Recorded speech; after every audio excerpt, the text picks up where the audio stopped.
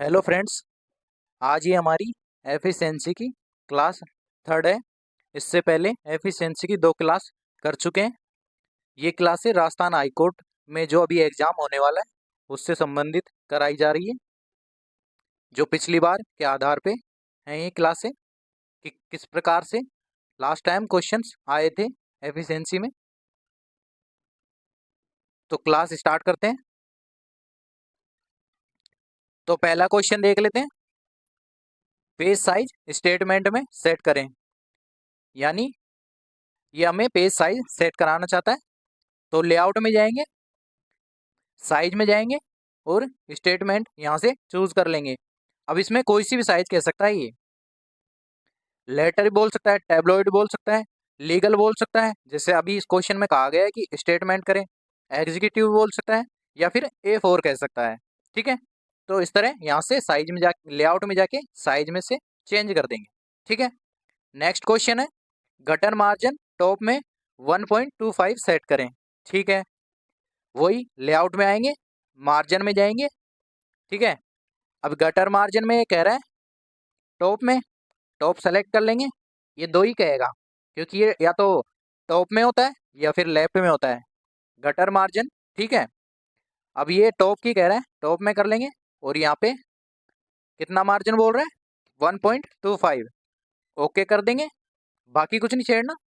तो ये देखिए, जो ये ऊपर का हिस्सा है, ये हिस्सा इसको बोलते हैं गटर मार्जिन, यानी जो बुक्स में कटा हुआ होता है, पेज ना कटे इसलिए ये जगह जोड़ी जाती है। या तो ये टॉप में होता है या लेफ्ट में होता है या इस साइड होता है। ठीक है, इस तरह से क्वेश्चन हो जाएगा। नेक्स्ट क्वेश्चन देख लेते हैं। वाटरमार्क लगाना है राजस्थान नाम से और फॉन्ट साइज 54 रखनी है। ठीक है, तो अब ये हमें मिलेगा डिजाइन में। ठीक है, डिजाइन में जाएंगे, वाटरमार्क में गए और कस्टम वाटरमार्क में गए। ठीक है, टेक्स्ट वाटरमार्क पे क्लिक करेंगे, इसको नहीं छेड़ना, लैंग्वेज को टेक्स्ट में हमें चेंज करना है, फॉन्ट चेंज करना है। इसको कर लेते हैं कृतिदेव, KRU। ठीक है, जैसे लिखेंगे कृतिदेव आ जाएगा। साइज की इस बार ये कह रहा है 54। ठीक है, 54। बाकी कलर वगैरह कुछ नहीं कहना, तो कुछ भी नहीं छेड़ना। अभी टेक्स्ट में लिखेंगे राजस्थान। ठीक है, और अप्लाई कर देंगे, क्लोज कर देंगे। अब चेक करते हैं। ठीक है, ये हो गया है, यानी हमारा वाटरमार्क 54 साइज में राजस्थान लिखा हुआ आ गया है। ठीक है, इस तरह ये हो जाएगा। अगला क्वेश्चन देख लेते हैं। लाइन स्पेसिंग मल्टीपल में 1.25 सेट करें। अभी लाइन स्पेसिंग की कह रहा है, कौन से पैराग्राफ में कह रहा है, हम इसे सेकंड पैराग्राफ में कर लेते हैं। ठीक है, सेकंड पैराग्राफ में होम पे आएंगे, पैराग्राफ में जाएंगे और यहां से लाइन स्पेसिंग ये कह रहा है 1.25, 1.25 लिख लिया। अब यहाँ पे क्रॉस चेक करेंगे ये मल्टीपल है या कुछ और चेंज हो गया, क्योंकि इसमें होता यह है कि जैसे हम क्वेश्चन में कुछ डालते हैं, जैसे 1.25, तो ऑटोमेटिक अपने आप कुछ और ले लेता है, या तो डबल ले लेगा या एग्जीक्यूटिव ले लेगा या एटलीस्ट ले लेगा। तो क्रॉस चेक जरूर करें। तो यहाँ पे मल्टीपल कर दें और 1.25। अब इसको क्रॉस चेक करते हुए ओके कर दें। ठीक है, यानी 1.25 लाइन स्पेसिंग मल्टीपल में आ चुकी है। ठीक है, अगला क्वेश्चन देख लेते हैं। फुटर में लेफ्ट साइड में पेज नंबर 3 से शुरू करें। ठीक है, इंसर्ट में जाएंगे, फुटर में जाएंगे और एडिट फुटर करेंगे। एडिट फुटर इसलिए किया जाता है कि अगर इसमें कुछ और लिखा हुआ हो तो डिलीट ना हो, इसलिए हमेशा एडिट फुटर ही करें। ठीक है, अभी पेज नंबर कह रहा है, पहले 3 नंबर से कराया तो इसकी फॉर्मेटिंग सेट कर लेंगे, यानी यहाँ से, यानी यहाँ पे 3 लिख देंगे, बाकी कुछ नहीं छेड़ना। ठीक है, ओके। अब वापिस जाएंगे पेज नंबर में और करंट पोजीशन, ठीक है, फर्स्ट वाला कर देंगे, यानी 3 से। ये कह रहा है लेफ्ट साइड में पेज नंबर 3 से शुरू करें, तो ठीक है, इस तरह ये हो जाएगा। ठीक है, इसको यहाँ से क्लोज कर देंगे। अब देख लीजिए, अगले पेज पे 4 आ गया होगा, ये 4 आ गया, अगले 5 आ गया होगा। ठीक है, यानी 3 से स्टार्ट हो गया है नंबर लेफ्ट साइड में। ठीक है, अगला क्वेश्चन देख लेते हैं। हेडर में फ़ॉन्ट साइज 28 में, सेंटर में स्टेनो परीक्षा 2024 लिखें। ठीक है, इंसर्ट में जाएंगे, वही हेडर में गए, एडिट हेडर करेंगे वही उसकी तरह जैसे फूटर में बताया था, वैसे मैंने कि एडिट हेडर ही करना है हमें। होम पे आएंगे, क्रुतदेव फॉन्ट करेंगे KRU, ठीक है, ओके कर देंगे। अब ये साइज कह रहा है 28 की, ओके कर देंगे। अब क्या बोल रहा है, जैसे ये बोल रहा है वैसे वैसे लिखना है, कुछ भी अपनी तरफ से नहीं लिखना है। स्टेनो परीक्षा 2024, ठीक है, और ये सेंटर करा रहा है इसे, तो इसे सेंटर में कर देंगे। ठीक है, हो चुका है। हेडर में फॉन्ट साइज कितनी है, 28 की, सेंटर में भी है, और स्टेनो परीक्षा 2024, ठीक है, इस तरह से ये हो जाएगा। अब यहाँ पे डिजाइन में जाके इसको क्लोज कर दें, तो हेडर में यानी स्टेनो परीक्षा 2024 आ गया है। ठीक है, हेडर का मतलब ये होता है, फर्स्ट पेज पे अगर ये स्टेनो परीक्षा 2024 लिखा हुआ है, तो अगले पेज पे भी यही हेडर में लिखा रहेगा, यानी इस तरह देखो, इसमें भी ऐसे आ रहा है, अगले में भी ऐसे आ रहा है, यानी इस तरह क्वेश्चन हो जाता है। ठीक है, अगला क्वेश्चन देख लेते हैं। डॉक्यूमेंट में जितने भी सूचना शब्द हैं उनको फाइंड करें एवं एक्सपेंडेड टू PT सेट करें। ठीक है, स्टार्टिंग में आ जाएंगे, कर्सर को स्टार्टिंग में रखेंगे। अब यहाँ पे जाएंगे फाइंड में, अब यहाँ पे सीधा फाइंड नहीं करना, एडवांस फाइंड करना है। ठीक है, यहाँ पे लिखना है सूचना, ठीक है, और यहाँ पे मोर करेंगे और फाइंड ऑल वर्ड्स कर देंगे, और यहाँ पे मेन डॉक्यूमेंट, ठीक है, क्रॉस कर देंगे। अब यहाँ पे देखें जितने भी सूचना शब्द थे वो सारे सेलेक्ट हो चुके हैं। अब ये कह रहा है इससे एक्सपेंडेड में 2 PT करें। ठीक है, यहाँ पे गए, यानी फॉन्ट ग्रुप में गए, फॉन्ट में नहीं है, एडवांस में जाएंगे। अब इसके अंदर स्पेसिंग में एक्सपेंडेड बोल रहा है, ठीक है, कैरेक्टर स्पेसिंग में एक्सपेंडेड बोल रहा है, तो ये क्वेश्चन यहाँ से होगा, एक्सपेंडेड कर देंगे। कितने PT करा रहा है, 2 PT, 2 PT कर देंगे और ओके कर देंगे, यानी ये एक्सपेंडेड में 2 PT हो चुका है।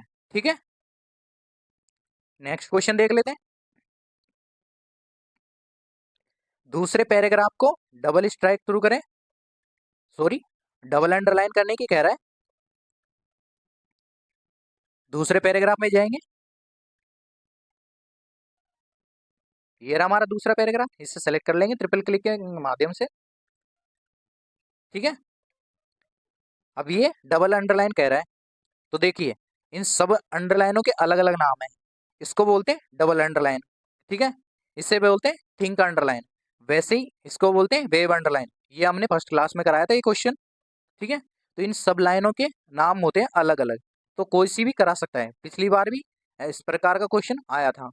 तो ठीक है, डबल अंडरलाइन कह रहा है, यहाँ से क्लिक कर देंगे, तो ये डबल अंडरलाइन हो चुकी है। आगे देखिए, इसी क्वेश्चन में ये कह रहा है कि इस दूसरे पैराग्राफ को डबल अंडरलाइन करें और सुपर स्क्रिप्ट करें। डबल अंडरलाइन तो कर दिए हमने, अब ये सुपर स्क्रिप्ट की भी कह रहा है, सेलेक्ट करेंगे, और ये होता है सब स्क्रिप्ट और ये होता है सुपर स्क्रिप्ट, तो इस पर क्लिक कर देंगे, तो ये सुपर स्क्रिप्ट हो गया है। ठीक है, इस तरह से क्वेश्चन हो जाएगा। अगला क्वेश्चन देख लेते हैं। टेबल में बॉर्डर लगाएं, ठीक है, अब टेबल का क्वेश्चन आ गया, तो टेबल पे आ जाते हैं। ठीक है, ये रही हमारी टेबल, बट इसमें कुछ भी शो नहीं हो रहा हमें, सिर्फ ये प्लस का निशान शो हो रहा है, और जहाँ पे लेके जा रहे हैं तब ये कुछ हल्का हल्का शो हो रहा है, यानी यहाँ पे ये बॉक्स लगाने की बात कर रहा है, यानी बॉर्डर लगाने की बात कर रहा है। अब सबसे बड़ी बात ये होती है कि इसमें बॉर्डर कौन सा लगेगा, यहाँ प्लस के निशान पे क्लिक करेंगे, यानी ये सेलेक्ट पोजीशन में आ जाएगी। अब यहाँ होम पे रहेंगे और यहाँ पे आएंगे इस बॉक्स पे।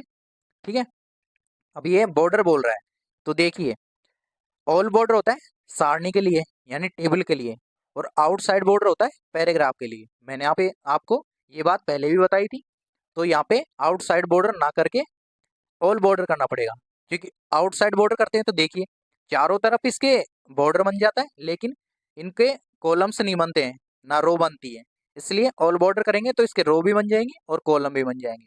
ठीक है, ऑल बॉक्स पर क्लिक कर देंगे, तो ये क्वेश्चन इस तरह सोल्व हो जाएगा।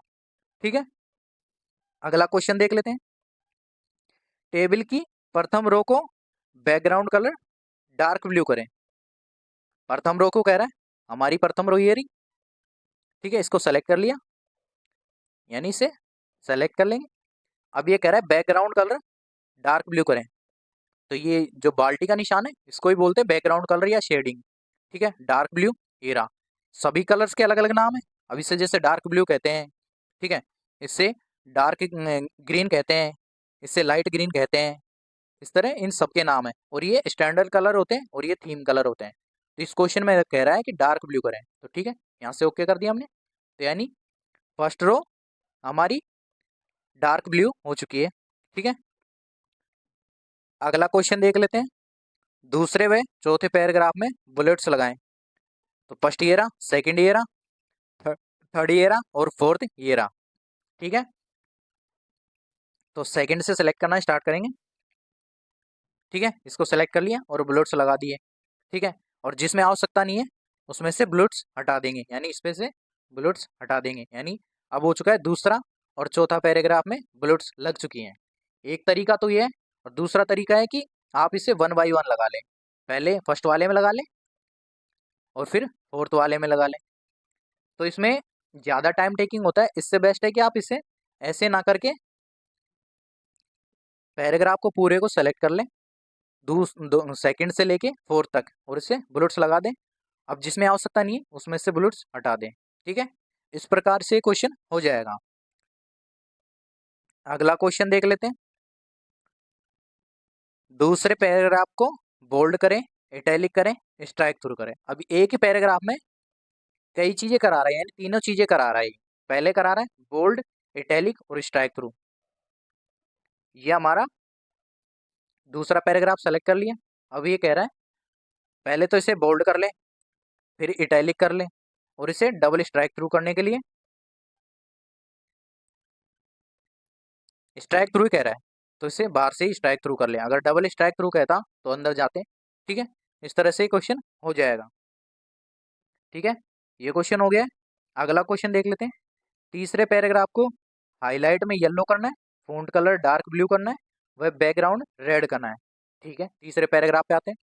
ये रहा हमारा थर्ड पैराग्राफ, सेलेक्ट कर लिया। पहले कह रहा है येलो में हाईलाइट करें। ठीक है, हमने इसे हाईलाइट कर लिया। अब इसे वापस सेलेक्ट करना पड़ेगा, क्योंकि ये अपनी पोजीशन वापस छोड़ देता है। हाईलाइट करते हैं तब। फिर आगे कह रहा है ये फ़ॉन्ट कलर कौन सा कह रहा है, डार्क ब्लू। ठीक है, फ़ॉन्ट कलर में जाएंगे, यानी इसमें इसको फ़ॉन्ट कलर कहते हैं, डार्क ब्लू यहाँ से हो जाएगा। ठीक है, आगे कह रहा है बैकग्राउंड कलर कौन सा है, रेड करें। ये बाल्टी का निशान है, इससे शेडिंग या बैकग्राउंड कलर कहते हैं। रेड की कह रहा है, यानी लाल की कह रहा है, यहाँ से रेड कर दिया। तो तीनों चीज़ें इसमें अप्लाई हो चुकी हैं। ठीक है, इस तरह से ये क्वेश्चन सोल्व हो गया। नेक्स्ट क्वेश्चन है, चौथे पैराग्राफ में पिंक कलर में बॉर्डर लगाएं। तो ये रहा हमारा चौथा पैराग्राफ, सेलेक्ट कर लिया, यहाँ पे जाएंगे। ठीक है, अब इसमें बॉक्स कर देंगे और यहाँ से पिंक कलर चूज कर लेंगे। इसको बोलते हैं डार्क पिंक और इससे कहते हैं पिंक। ठीक है, ओके कर देंगे। ठीक है, ये हमारा पिंक कलर में बॉक्स लग चुका है, यानी बॉर्डर लग चुका है। अगला क्वेश्चन देख लेते हैं। टेबल के डाटा को सेंटर करें एवं टेबल को लेफ्ट साइड करें। ठीक है, टेबल पे आ जाएंगे। ठीक है, यहाँ पे प्लस पे क्लिक कर देंगे। ठीक है, अब ये टेबल सेलेक्ट है, क्योंकि जो ये बाहर का हिस्सा आ रहा है ना, ये हिस्सा ये बताता है कि टेबल सेलेक्ट है। ठीक है, यानी देखिए इस प्रकार भी देख सकते हैं। ये लेफ्ट की कह रहा है, लेफ्ट साइड में हो चुकी है। अब डाटा की कह रहा है, तो डाटा लेफ्ट साइड नहीं हो रहा, ये टेबल हो रही है। अगर ये सिलेक्शन पोजीशन इस तरह हो तो ये टेबल सेलेक्ट होती है। ठीक है, ये लेफ्ट साइड में हो चुकी है। अब ये कह रहा है टेबल के डाटा को सेंटर करें। ठीक है, यहाँ पे सेलेक्ट कर लिया इसे। अब ये बाहर नहीं आ रहा, मतलब ये टेबल सेलेक्ट है। टेबल क्या, सॉरी, डाटा सेलेक्ट है। अब ये कह रहा है सेंटर में करें, तो ठीक है, सेंटर में हो चुका है। टेबल का डाटा सेंटर में और टेबल लेफ्ट साइड में। पहले ऐसे थी, अब ये ऐसे। ठीक है, डाटा देखो, इस पर क्लिक करते ही ये सेंटर में आ रहा है, टेबल पे क्लिक करते ही ये लेफ्ट में आ रहा है। यानी इस तरह से ये क्वेश्चन सोल्व हो जाएगा। तो आज की क्लास में इतना ही था। इस क्लास को ज़्यादा से ज़्यादा शेयर करें, लाइक करें। Thanks for watching.